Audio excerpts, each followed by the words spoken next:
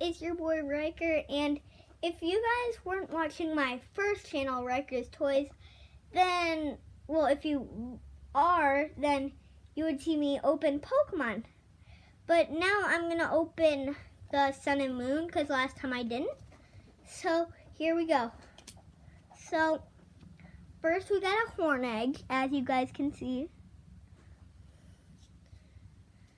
We got a Bunnelby, a Krogunk, a Esper, a Froakie, Floette, or Floette, whichever one you want to call it, Water Energy, Goomy, and guys, these are the 3 Pokemon that I was not suspecting. Guzzlord, which is an Ultra Beast.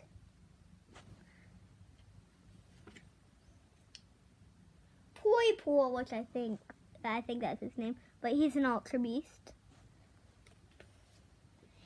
And Mursprit in space.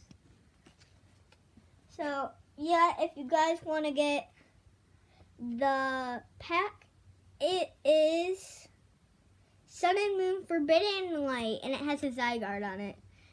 And the passcode I'll just put right there. There's the passcode.